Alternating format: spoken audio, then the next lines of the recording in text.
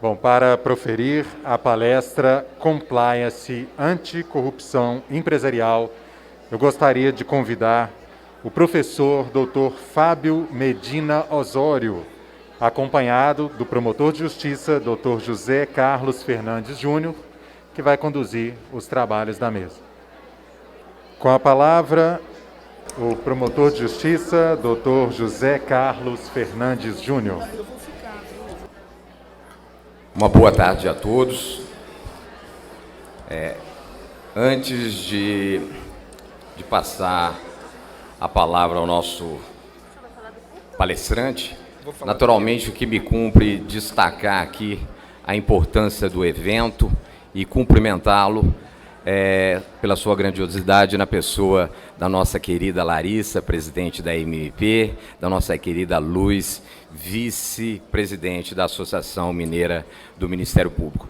E a importância aqui a ser destacada reside exatamente porque são em eventos como esse que se tem a oportunidade dos membros do Ministério Público terem em si a visão da importância que é o nosso recriar, o se amoldar, a verdadeira autopoiese que nos é imposta no dia a dia, de modo a fazer com que, de fato, consigamos acompanhar a evolução que a sociedade nos impõe.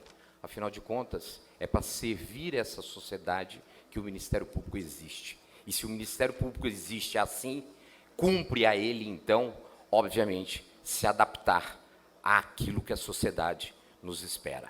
E é por isso, e aí que reforça-se a importância de eventos como o de hoje, que nós temos que ter sempre a ideia de que aquela promotoria de justiça, a vivência, a experiência que havia na promotoria de justiça em 1991, quando eu ingressei no Ministério Público de Minas Gerais, e o doutor Fábio Medina, em 1992, no Ministério Público do Rio Grande do Sul, é muito diferente daquela que nós experimentávamos na mudança do século XX, do 20 para o 21. Uma promotoria em 2001 já era muito diferente da realidade que nós experimentávamos em 91. E digamos, então, quando nós nos deparamos com aquela promotoria de 2010, quem não estava mais numa promotoria de justiça em 2010, dificilmente compreenderia a realidade, posta a tamanha diferença que era a promotoria de justiça na década de 90, na última década do século XX. Se já havia uma diferença da promotoria da última década do século XX com a experiência daquela vivenciada na primeira década do século XXI, imaginem então o que é a promotoria de justiça hoje.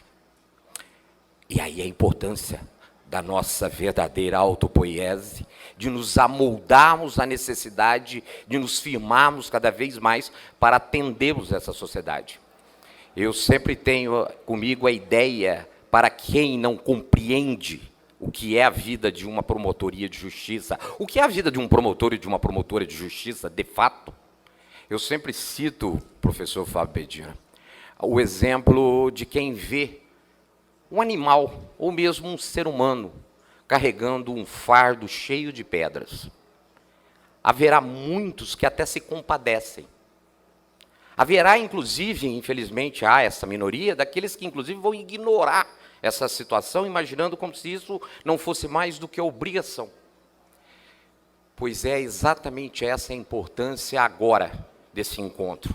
De nós, promotores e promotoras de justiça, e assim se repete pelo Brasil afora, podemos nos olhar, para que, além de termos apenas o olhar do compadecimento, daqueles que compadecem, e até daqueles que nem ligam para isso, temos a oportunidade de nos olharmos com o olhar de quem efetivamente compreende o que é o dia a dia de uma promotoria de justiça na atualidade. Nós carregamos, sim, pedras sobre os ombros. A nós, enquanto promotores e promotoras de justiça, nos incumbe a obrigação de retirarmos as pedras do caminho da sociedade e trazê-las para os nossos ombros, no sentido de propiciarmos um melhor caminho mais limpo para essa mesma sociedade. Então, é com esse olhar e com esse espírito que eu tenho a oportunidade de apresentar aos colegas o professor o doutor, o advogado, o ex-promotor de justiça, doutor Fábio Medina Osório, advogado, doutor em Direito Administrativo pela Universidade Complutense de Madrid, mestre em Direito Público pela Universidade Federal do Rio Grande do Sul, foi promotor de justiça no Rio Grande do Sul, primeiro lugar no concurso, exonerando-se para exercer a advocacia privada. Foi ministro-chefe da Advocacia Geral da União, é presidente da Comissão Especial de Direito Administrativo Sancionador da OAB Nacional, gestão Felipe Santa Cruz e gestão Beto Simonetti, conselheiro do MDA, Movimento de Defesa da Advocacia, autor das clássicas obras da Teoria da Improbidade Administrativa e Direito Administrativo Sancionador, ambas pela editora Revistas dos Tribunais. E, naturalmente, que antes também de lhe passar a palavra, cumpre-me aqui também agora ressaltar a presença honrosa do nosso Procurador-Geral de Justiça, se me permite, meu caro amigo Jarbas Soares Júnior, e é com esse espírito, então, doutor Fábio Medina, que estaremos todos ansiosos por ouvi-lo. Boa tarde a todos. Uma honra estar aqui na Associação Mineira do Ministério Público. Quero cumprimentar o Dr. José Carlos, agradecer pela apresentação. Gostaria de destacar, inicialmente, a honra de estar aqui no Congresso Mineiro do Ministério Público e agradecer o convite à presidente da Associação Mineira do Ministério Público, doutora Larissa Rodrigues Amaral, líder nacional do Ministério Público, responsável pela organização deste congresso com repercussão nacional. Uma honra estar neste evento.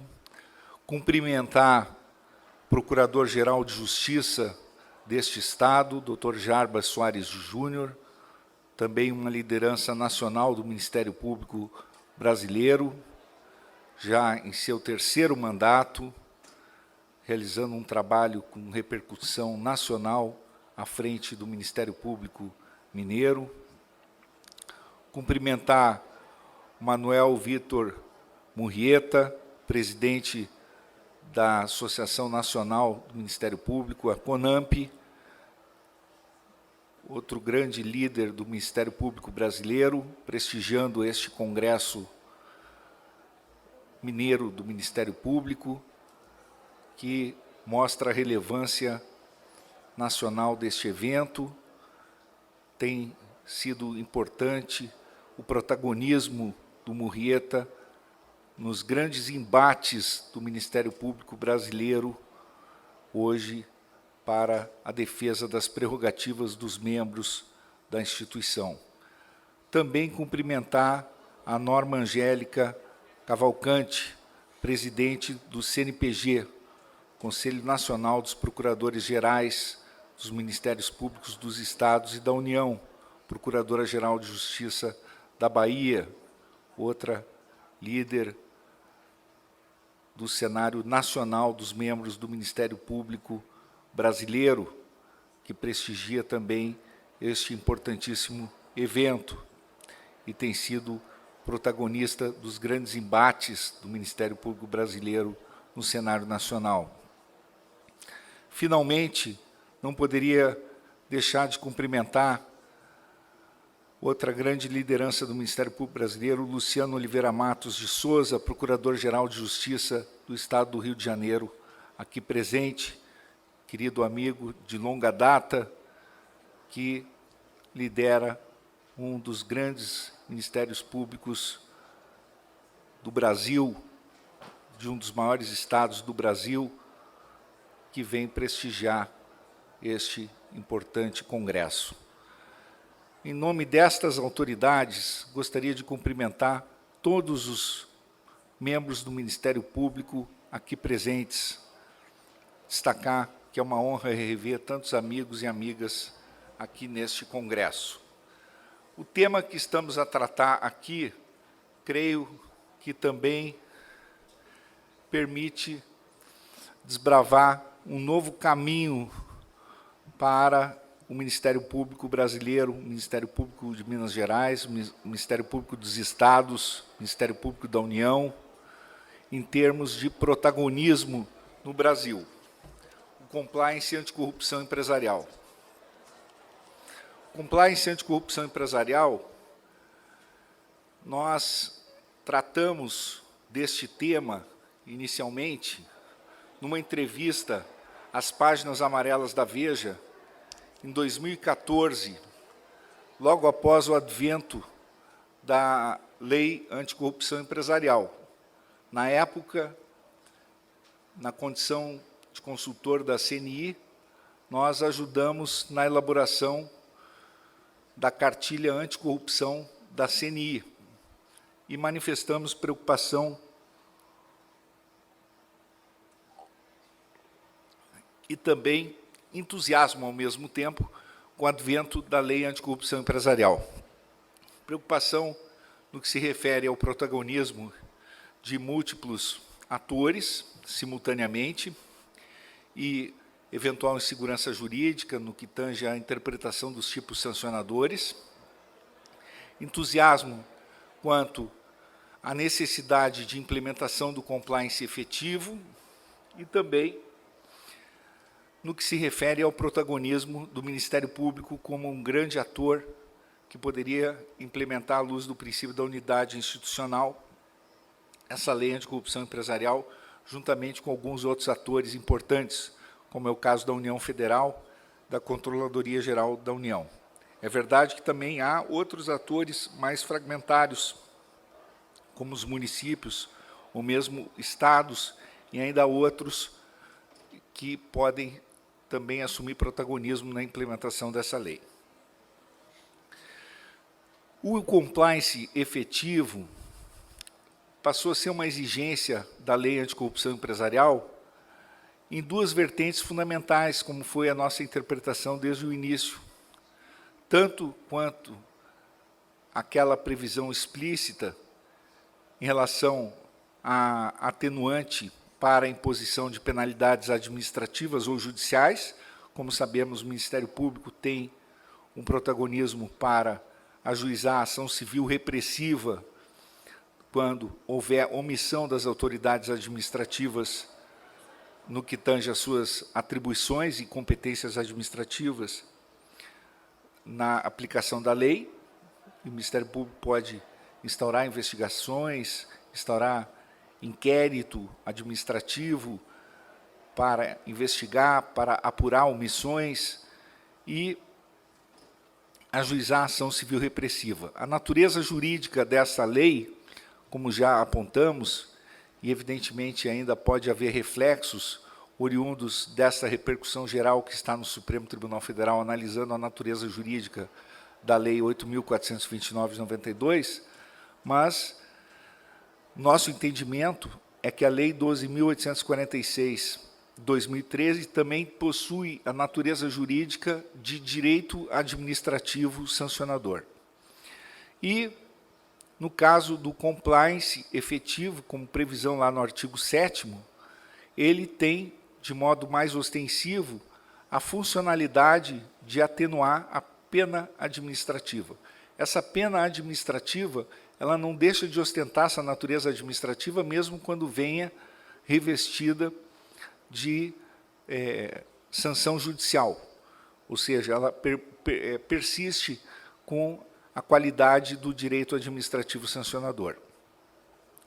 Porém, também sustentamos que o compliance efetivo, como designa o legislador, ele pode aparecer como uma obrigação da pessoa jurídica para a própria tipificação da conduta em termos de responsabilidade objetiva.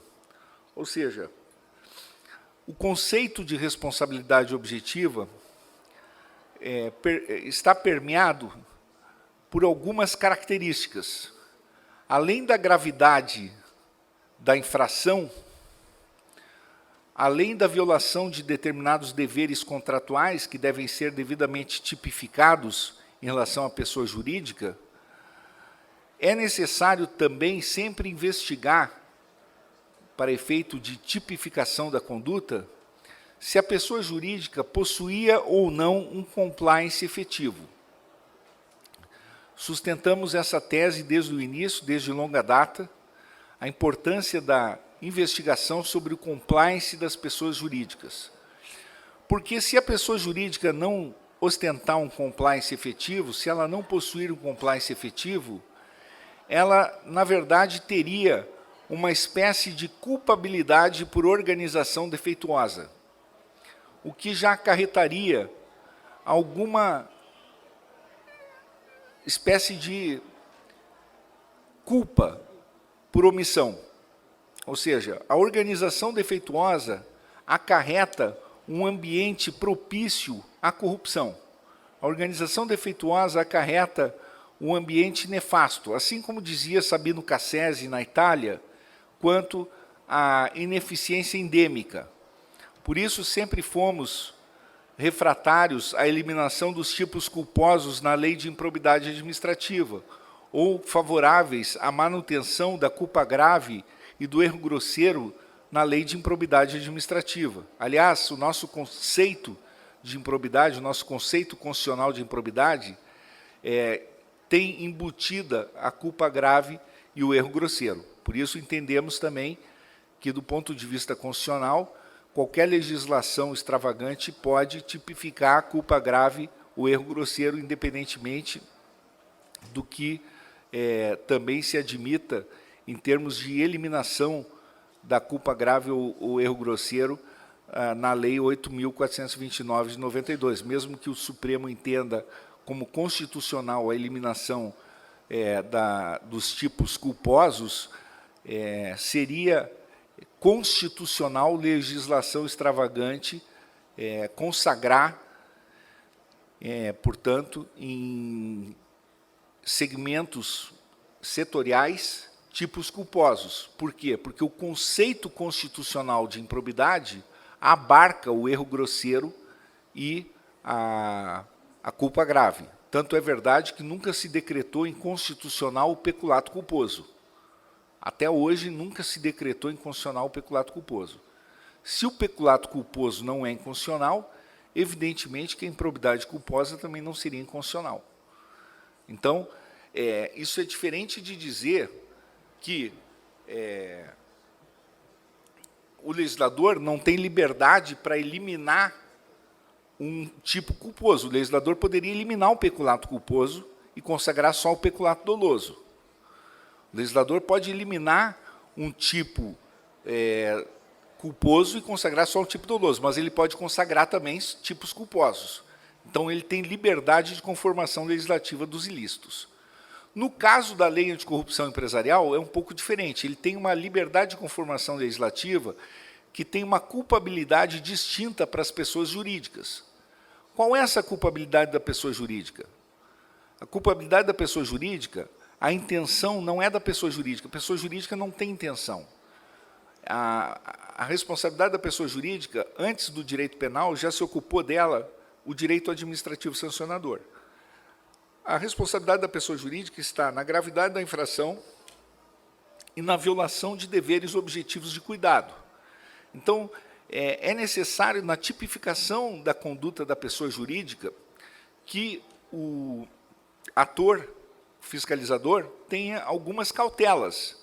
O que nós observamos na prática é que, muitas vezes, o fiscalizador não descreve a violação grave de deveres objetivos de cuidado na tipificação da conduta da pessoa jurídica como responsabilidade objetiva. Isso aí vulnera, porque cria uma responsabilidade draconiana. A responsabilidade objetiva não é uma responsabilidade draconiana. É uma responsabilidade por violação de deveres objetivos de cuidado. E mais, eu agregaria, hoje, à luz da Lei Anticorrupção Empresarial, que você tem que descrever não apenas a violação objetiva de deveres de cuidado por parte da pessoa jurídica, para poder tipificar uma conduta transgressora, como você tem também que vincular o compliance. Por quê? A lei colocou lá o compliance como obrigação das pessoas jurídicas. Se a pessoa jurídica tem um compliance efetivo e, mesmo assim, existe uma transgressão, significa que ela adotou todos os deveres objetivos de cuidado possíveis e eliminou relação causal com o resultado lesivo.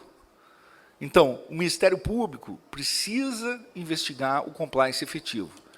É claro que existe uma fase administrativa que o Ministério Público não atua, que pode ser a fase da Controladoria Geral da União para impor uma sanção administrativa. Existe uma fase que a Controladoria Geral do Estado pode atuar e o Ministério Público pode não atuar. Mas o Ministério Público pode sempre aparecer como fiscal da lei, numa judicialização, ou pode aparecer diante da omissão da autoridade administrativa.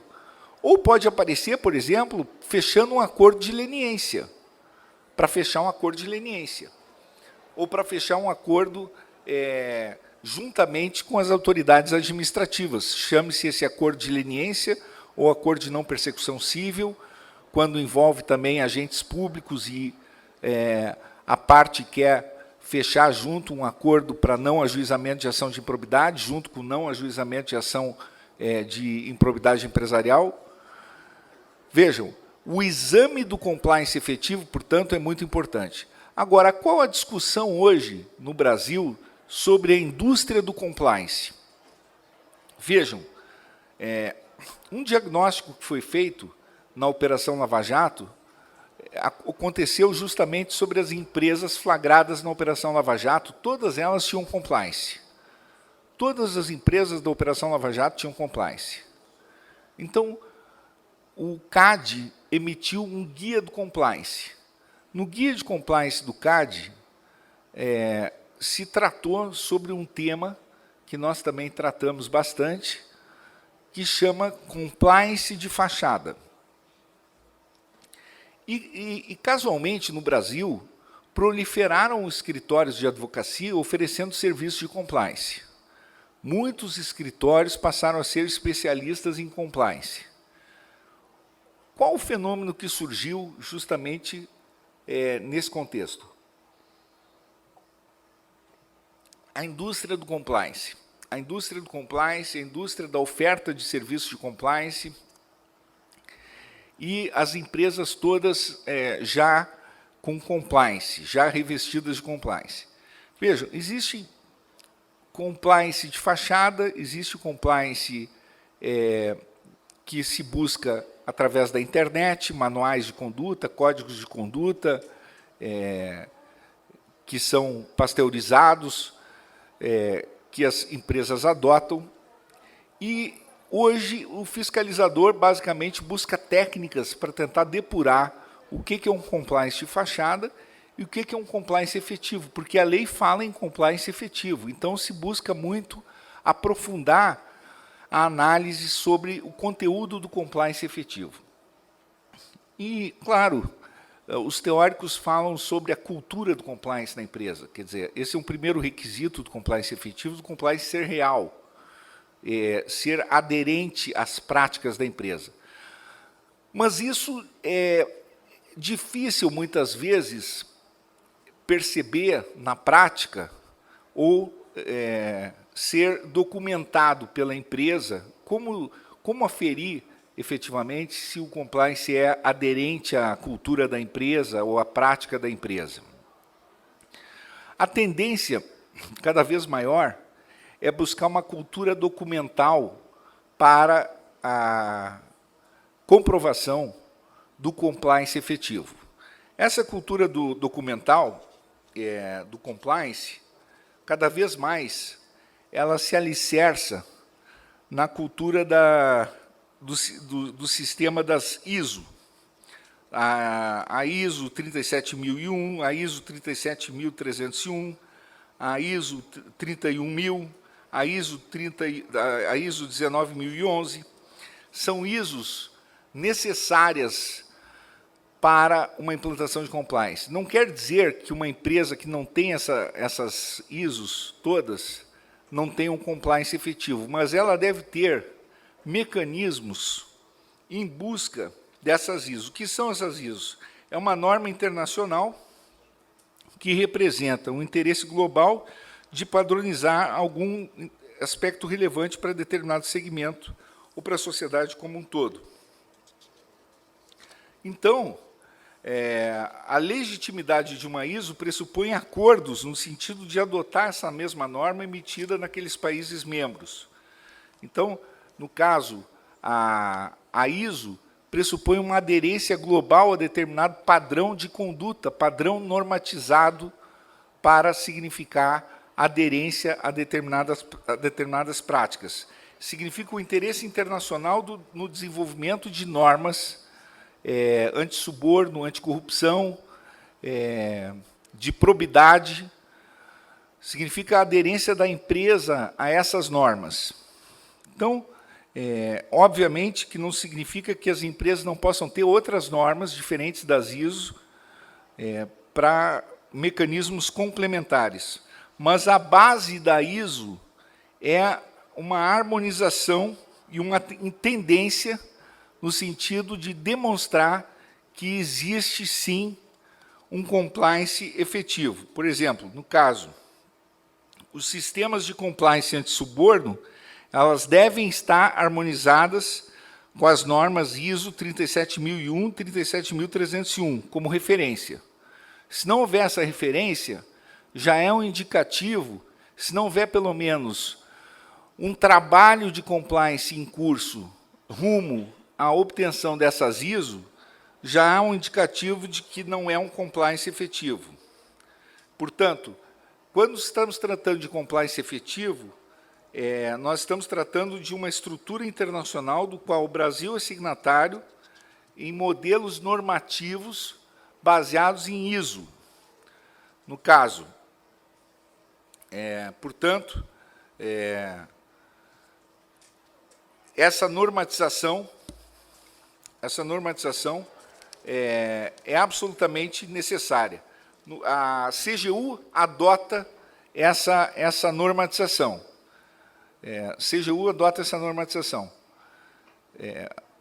O decreto que regulamenta a lei anticorrupção atualmente é o decreto 11.129, de 11 de julho de 2022, que foi publicado em 12 de julho de 2022, que revogou o decreto anterior.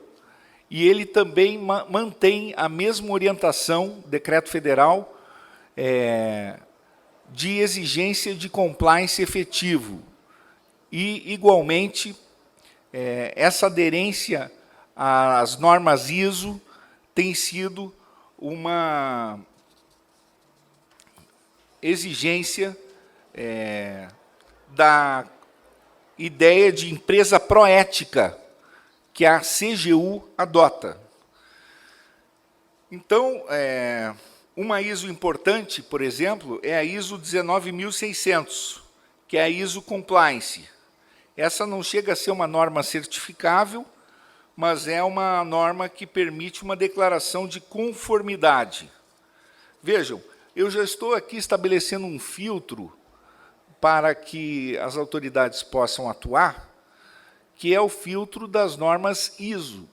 Porque grande parte das empresas no Brasil não adotam compliance com base em normas certificáveis, que são as normas ISO. Você vê empresas com compliance baixado da internet, que não tem nenhuma referência em normas ISO. Então, todas as obrigações que são referenciadas em normas ISO, que seguem essas estruturas, elas têm que obter certificação. Essa certificação são feitas por empresas auditadas e, ao mesmo tempo, empresas que têm, elas próprias, certificados específicos para poder emitir essas ISOs. Então, o desafio desse conteúdo, dessas normas, é oferecer um ambiente mais documentado para o sistema de compliance. Obter requisitos que possam ser mais transparentes para o sistema de compliance do chamado ambiente da empresa limpa. Quando se instituiu a lei 12.846 de 2013, se disse que era objetivo, no Brasil, criar o ambiente da empresa limpa. Também era objetivo gerar uma série de deveres públicos e obrigações públicas para o setor privado. O sistema de compliance criava, então, deveres públicos para as empresas privadas, o dever da empresa privada de cooperar mais, dentro de certos limites, é verdade, com o setor público, gerar o espaço para o compliance officer, que hoje ainda é precariamente ocupado por muitas empresas privadas. Para que haja o compliance efetivo, nós sempre sustentamos que o compliance officer deve ter um contrato com a empresa que lhe garanta pelo menos um mandato. Poucas empresas no Brasil outorgam um mandato ao compliance officer. Hoje, há um espaço no ambiente privado que muitos ex-membros do Ministério Público têm saído da carreira, migrando para ocupar o espaço de compliance officer no setor privado. Vários membros do Ministério Público brasileiro têm saído da carreira com a experiência que têm no setor público e ocupam esse ambiente que eu chamo de ambiente público não estatal. Diogo de Figueiredo Moreira Neto, meu saudoso amigo, querido amigo, que me abriu as portas do doutorado com Garcia de Enterria, na Espanha, falava muito desse espaço público não estatal. Pois bem, esse espaço do compliance anticorrupção, justamente ele cria deveres públicos para as empresas privadas e é um ambiente que tem absorvido muito, como nos Estados Unidos também, muito ex-procuradores do Ministério Público. Por quê? Porque eles precisam ter uma interface muito estreita com os fiscalizadores, precisam cooperar com investigações, precisam ter uma expertise investigatória muito grande para realizar investigações internas nas empresas. Ao mesmo tempo, precisa ter um equilíbrio emocional forte também, não é para destruir a empresa. Precisa ter uma cooperação com o setor público, mas, ao mesmo tempo, com o board da empresa e criar uma cultura de probidade empresarial. Agora, precisa ter um mandato. Precisa ter um mandato. Por quê? Porque nenhuma empresa apresenta uma sustentabilidade ética se o compliance officer puder ser demitido ad nutum. Nós trouxemos, no Brasil, a primeira abordagem nesse sentido, teórica, sustentando que o compliance officer precisa ter mandato e dizendo que o compliance officer sem mandato é um indicativo de um compliance que não é efetivo. Por quê? Se o compliance sinaliza para a precariedade da relação do compliance officer com o board, e o board pode demitir ad nutum o compliance officer, falta independência e autonomia para o compliance officer. Não quer dizer que o compliance officer não tenha que prestar contas dos seus atos, ter um dever de fidúcia, ter uma relação de cooperação com o board, ter transparência, ter lealdade, ter responsabilidade nos seus atos,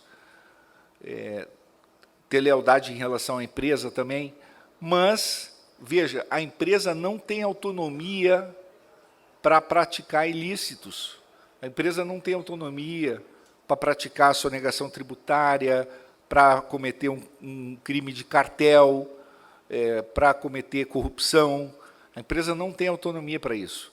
Então, ela precisa cooperar com as autoridades, ela precisa apurar internamente os fatos, ela precisa ter uma cultura. E outra, o compliance officer também ele tem uma outra faceta interessante que nós desenvolvemos do ponto de vista teórico, que é a investigação de terceiros.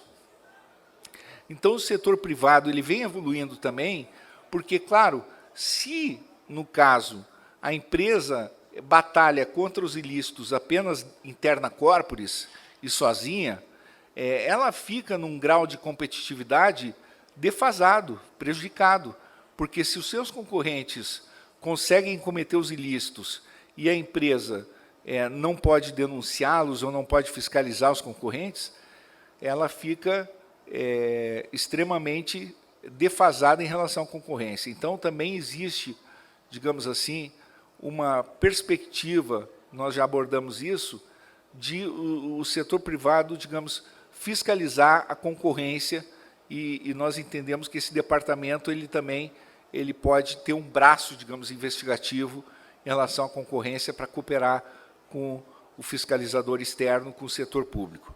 Vejam, essas normas ISO, portanto, não buscam eliminar a corrupção, não buscam eliminar o ilícito, porque, do ponto de vista, inclusive, estatístico ou teórico, nós temos que ter claro que nenhuma instituição está imune ao ilícito, nenhuma, nem pública nem privada. Então, a própria lei anticorrupção empresarial, a interpretação da lei anticorrupção empresarial, o fiscalizador, a autoridade pública, por isso que ela precisa compreender que o compliance efetivo tem que ter um impacto na relação causal do ilícito.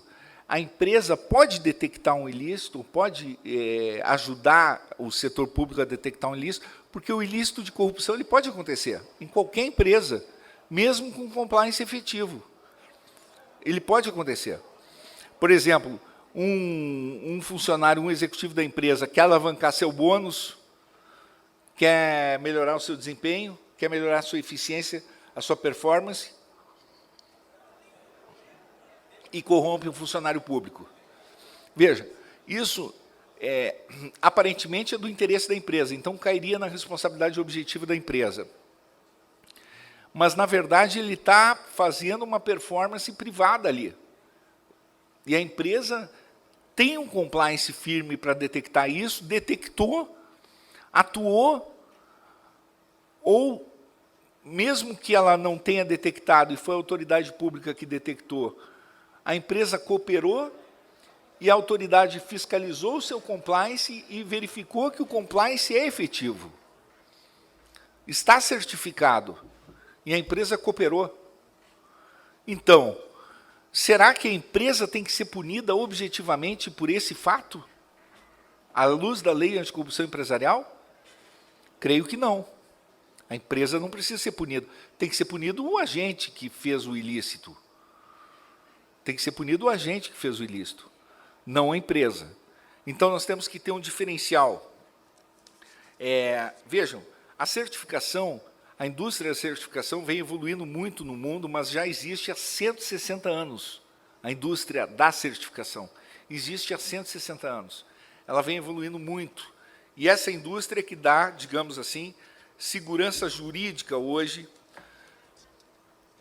mas ainda não é sedimentada no Brasil.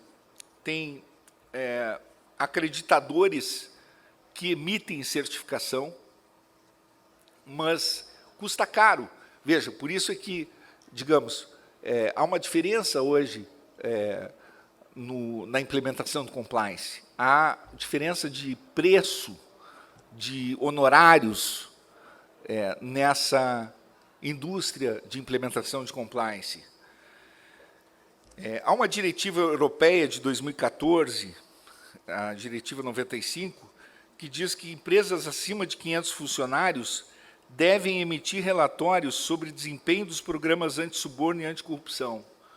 Aqui no Brasil, ainda não há uma norma similar, mas eu digo, justamente, é quando elas se submetem à fiscalização que os relatórios têm que ser emitidos. Quando a empresa é submetida à fiscalização, que todos os relatórios passam a ter que ser emitidos. A exigência das licitações sobre compliance, isso evoluiu muito no Brasil, agora é uma exigência para a contratação pública. Então, essas evoluções estão acontecendo, os riscos de compliance estão sendo detectados para fins de licitação, contratos públicos, e não apenas, portanto, para efeito de apenamento ou tipificação de conduta, mas também para verificação de contratos públicos, cada vez mais. O Ministério Público pode atuar no contexto da fiscalização, na implementação da Lei Anticorrupção Empresarial, mas também no âmbito das recomendações para os contratos públicos,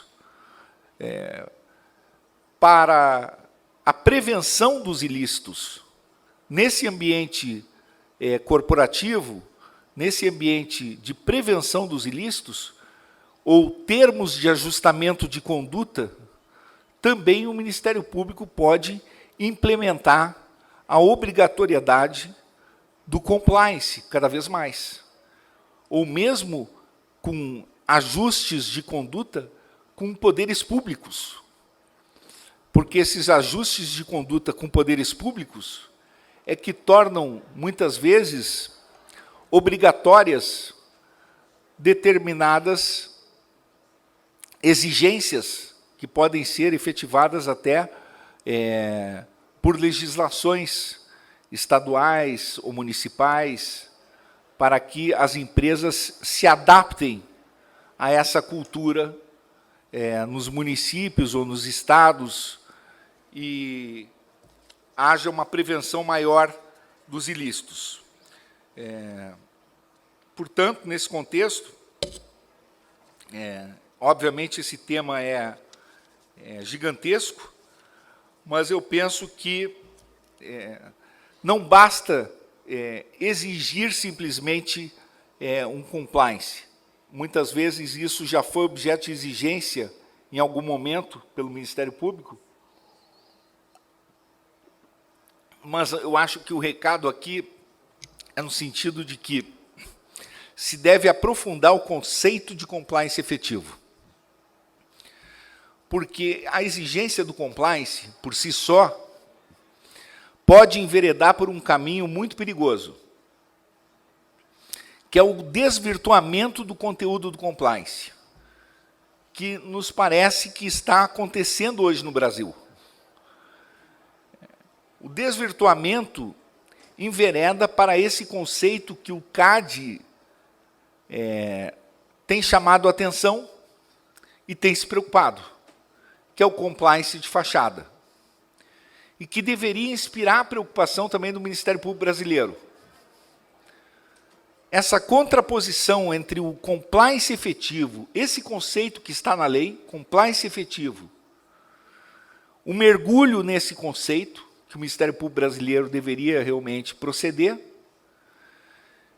em contraposição ao compliance de fachada.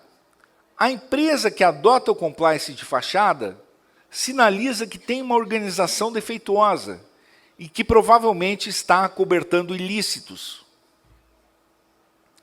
E merece, talvez aí sim, uma censura à luz da Lei Anticorrupção Empresarial. Uma fiscalização rigorosa sobre toda a indústria de compliance no Brasil pode ser uma atuação estratégica do Ministério Público brasileiro, à luz da Lei Anticorrupção Empresarial. Para implementar essa cultura do compliance, para prevenir ilícitos, para criar o ambiente da empresa limpa no Brasil.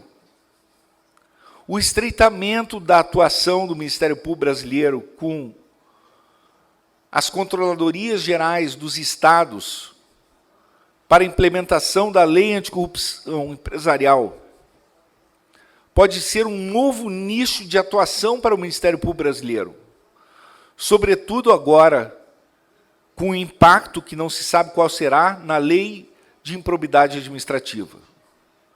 Voltar a atuação do Ministério Público brasileiro também para esse segmento, sem prejuízo da atuação clássica à luz da Lei de Improbidade Administrativa. Mas talvez lançar um olhar para o ambiente da empresa limpa, que é justamente uma agenda de desenvolvimento do Brasil, permitindo a geração de empregos, uma atuação na prevenção dos ilícitos, o aprimoramento das empresas, o refinamento aí, com maior sofisticação, de uma atuação do Ministério Público com outras autoridades administrativas. Eu creio que realmente é uma fórmula que o Ministério Público brasileiro pode adotar para mergulhar num segmento que está carente de uma fiscalização mais aguda e, ao mesmo tempo, sensível. Com essas considerações, com essas reflexões, gostaria novamente de agradecer o convite que me foi formulado para estar aqui trazendo essas ideias, compartilhando algumas preocupações e parabenizar mais uma vez a presidente da Associação do Ministério Público Mineiro, doutora Larissa, pela organização deste grandioso congresso e dizer que estamos sempre à disposição, com muita honra, desta magnífica instituição, agradecendo também a presença e o brilho do Dr. Jarbas Soares Júnior nesse congresso. Muito obrigado.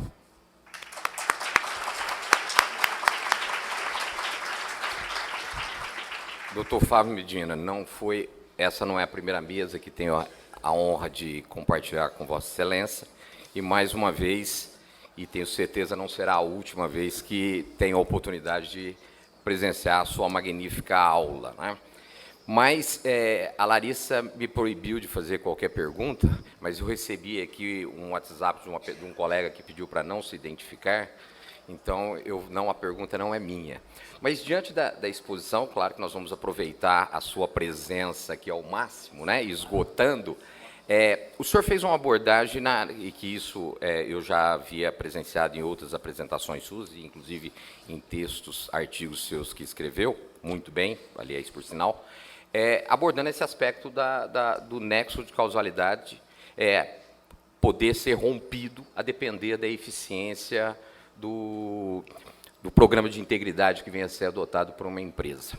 Mas eu trago a reflexão de Vossa Excelência, e eu gostaria de saber a argumentação para superar essa dificuldade que eu encontro nessa admissão, é que é sabido que dentro do sistema administrativo, na administração pública, há duas formas de se ter a descentralização. Uma delas é pela lei, que é quando nós temos a criação das pessoas jurídicas da administração pública indireta, e a outra é por via do contrato administrativo, que é quando o poder público contrata alguém, que é quando nós estamos aqui no âmbito da pessoa jurídica. Em 2013, nós tivemos a Lei de Improbidade Empresarial, ou também conhecida como Lei Anticorrupção, que dizem, e é assim que se compreende, parece a doutrina, que ela veio exatamente para suprir essa lacuna que nós tínhamos na 8.429, que exigia necessariamente a presença de um agente público para que se pudesse sofrer as suas incidências. Pois bem, então, o que nós imaginamos? Que quando nós temos o advento da lei de improbidade empresarial, nós temos que conjugá-la dentro da sistemática da responsabilização no âmbito do direito administrativo. No âmbito constitucional e invocando a responsabilidade do Estado, nós temos a responsabilidade objetiva, nos mesmos moldes que nós temos a responsabilidade objetiva trazida para as pessoas jurídicas no âmbito da lei da improbidade empresarial, e que, por sua vez, são pessoas jurídicas que receberam uma delegação ou a descentralização do Estado, ou seja, estão ali desempenhando uma atuação longa-manos do Estado, e, obviamente, então, também sujeita a essa responsabilização. Então, a partir do momento que Vossa Excelência traz essa possibilidade de que, a depender da efetividade do programa de integridade, nós teríamos a possibilidade de romper o nexo causal, ou seja, afasta-se qualquer ideia de culpa in elegendo, afasta-se qualquer ideia de que o agir do agente compreende o agir da empresa, nós também, então, poderíamos trazer essa ideia de que, a depender da forma como os órgãos correicionais ou os órgãos de controle interno da administração pública atuem em relação, dentro de uma determinada pessoa jurídica de direito público, também se afastaria, então, se for efetivo, a possibilidade de se haver a responsabilização objetiva do Estado em razão da conduta desenvolvida por esse agente? Pois o raciocínio, compreendo aqui respeitosamente, seria mais ou menos a mesma hipótese. Como garantir que o simples fato de você ter um controle efetivo, ou um programa de integridade, como nós chamamos, há de atingir o estágio de ser capaz de quebrar o nexo de causalidade que se impõe exatamente por força o reconhecimento da responsabilidade objetiva. Ou seja, a responsabilidade objetiva do Estado alicerça-se em razão da sua responsabilidade pela conduta dos seus agentes. E nos parece que no texto da lei anticorrupção, ou lei de improbidade empresarial, a responsabilidade da pessoa jurídica também se alicerçaria em decorrência da conduta dos seus agentes. Para se buscar a responsabilização dos seus agentes, teríamos sim a responsabilidade subjetiva. Aí eu demonstrar, mas em relação à empresa, bastaria tão somente mostrar-se efetivamente aquilo que se faz necessário, por exemplo, a fault service, quando nós estamos no âmbito da responsabilidade objetiva do Estado, e assim por si gerar a responsabilidade. Então, como traduzir essas circunstâncias de modo que isso não se transfira também, já que vale para quem recebeu a descentralização da ação estatal, também não se transfira para o órgão estatal? Zé Carlos, primeiramente eu quero parabenizar pela tua reflexão muito aguda, muito importante, e que traz à tona, precisamente com o brilho dessa reflexão, uma fundamental distinção. Ou seja, o Zé Carlos trouxe aqui a teoria da responsabilidade civil do Estado, justamente. E aqui nós não tocamos na teoria da responsabilidade civil do Estado em momento algum. Ou seja, a teoria da responsabilidade administrativa sancionadora da pessoa jurídica não se confunde em absoluto com a teoria da responsabilidade civil do Estado. É muito importante essa reflexão que o José Carlos trouxe. Por quê? Porque nós estamos tratando da responsabilidade da pessoa jurídica à luz do direito administrativo sancionador, que tem peculiaridades, mas logo na minha obra eu faço uma reflexão sobre a culpabilidade da pessoa jurídica, ou seja, nós estamos tratando de direito administrativo sancionador, que tem aproximação com o direito penal, mas que está muito distante da teoria da responsabilidade civil do Estado, muito distante, muito. Por isso foi importantíssimo essa reflexão com enorme brilho do Zé Carlos, mas que mostra a diferença brutal entre a teoria da responsabilidade civil do Estado, que ele traz aqui à tona, mas que muitos juristas, brilhantes juristas, justamente incorrem, digamos, nessa armadilha que o Zé Carlos trouxe aqui à tona para nós refletirmos. Ou seja, trazem a responsabilidade civil do Estado para embasar a responsabilidade da pessoa jurídica no âmbito do direito administrativo sancionador. Quando, na verdade, o que embasa a responsabilidade da pessoa jurídica no direito administrativo sancionador é uma lógica própria, que é aproximada do direito penal, que, na verdade, foi, digamos assim, o lastro teórico que deu base para responsabilizar também na teoria da responsabilidade penal da pessoa jurídica, como nós sabemos, que tem uma culpabilidade própria, uma dogmática própria, mas que não se confunde com a dogmática da pessoa física, que há toda uma construção por trás disso, uma teoria funcionalista, ou outras teorias penais e outras teorias de culpabilidade, mas que nós, hoje, compreendemos que essa responsabilidade da pessoa jurídica, como eu referi aqui, se baseia numa teoria que pressupõe uma culpabilidade por organização defeituosa, em primeiro lugar, e por violação de deveres objetivos de cuidado. E, portanto, aí tem que visualizar qual é o possível rompimento do nexo causal da conduta com o ato lesivo. E, claro, aí nós podemos discutir, necessariamente, tem um tipo de culpabilidade na pessoa jurídica. Precisa ter algum tipo de culpabilidade na pessoa jurídica, na teoria da responsabilidade da pessoa jurídica. Quando se fala em responsabilidade objetiva da pessoa jurídica, existe uma discussão. O José Carlos trouxe à baila a discussão da responsabilidade da pessoa jurídica à luz do direito administrativo sancionador ou à luz do direito penal. Se pode discutir o tipo de responsabilidade, mas nós entendemos que, à luz da Constituição de 88, precisa ter algum tipo de culpabilidade, porque a culpabilidade está assegurada na Constituição de 88. Aí, o Supremo Tribunal Federal nunca se manifestou sobre isso, até hoje, mas qual o tipo de culpabilidade se assegura à pessoa jurídica? É claro, não é a mesma culpabilidade da pessoa física? Não, não é. A responsabilidade objetiva da pessoa jurídica, eu entendo, ela precisa ser interpretada conforme a Constituição, ela é admissível uma responsabilidade da pessoa jurídica. O que é a responsabilidade objetiva da pessoa jurídica? Uma interpretação conforme a Constituição assegura uma responsabilidade dita objetiva da pessoa jurídica. Agora, qual é essa responsabilidade? Qual é essa responsabilidade? Não tem nada a ver, em primeiro lugar, com responsabilidade objetiva do Estado, porque isso é responsabilidade civil do Estado.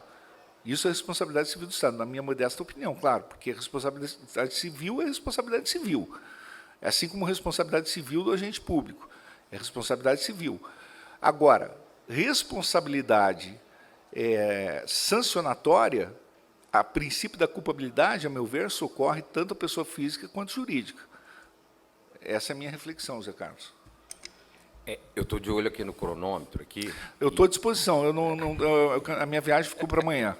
A Larissa proibiu eu de fazer pergunta. Não, pode, deixa ele fazer pergunta. Deixa ele fazer pergunta, Larissa. Recebeu então, mais uma pergunta aqui de um colega que pediu para não ser identificado. Mas nós temos que aproveitar a oportunidade.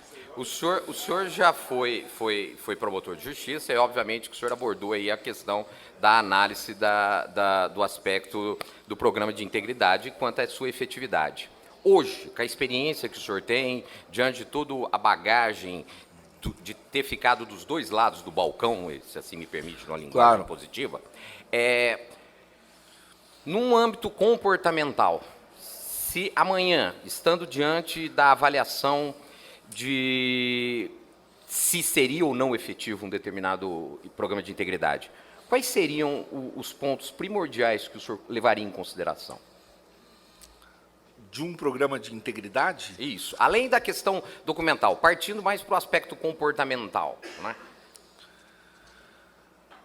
Veja, o programa de integridade depende muito do tipo de empresa que tem que ser avaliada. Então, por exemplo, a questão comportamental, digamos, num programa de integridade anticorrupção, o problema mais sério é a questão da corrupção mesmo. Agora, os mecanismos de teste, por exemplo, são muito importantes. Nós estamos falando aqui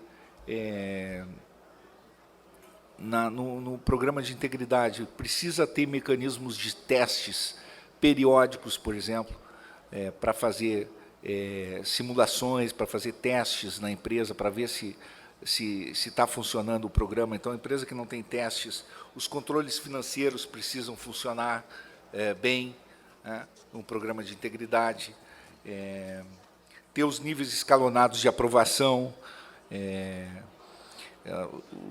O programa de integridade ele tem que ser completo, então não dá para dizer o que precisa funcionar bem. Agora, realmente, por mais completo que ele seja, o que eu disse é que hoje o ponto mais importante que eu procurei chamar a atenção na minha palestra é a grande lacuna que eu vejo no cenário nacional, que é a lacuna das certificações, essas certificações ISO. Então, o grau de dificuldade para obter essas certificações ISO é muito grande. E a maior parte dos programas de integridade hoje no Brasil não tem essas certificações ISO. Não tem.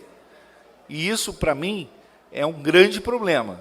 Se o Ministério Público Brasileiro começar a fiscalizar se os programas de integridade têm as certificações ISO ou não têm as certificações ISO, vai verificar que a maioria não tem. E isso, para mim, é uma questão central. O programa que não tem certificação ISO e não está rumo a uma certificação ISO, o problema não é apenas não ter a certificação, não está caminhando rumo a uma certificação ISO, ele me parece um programa extremamente deficitário. Ele parece um programa deficitário. Então, esse é um problema central, não ter a certificação ISO.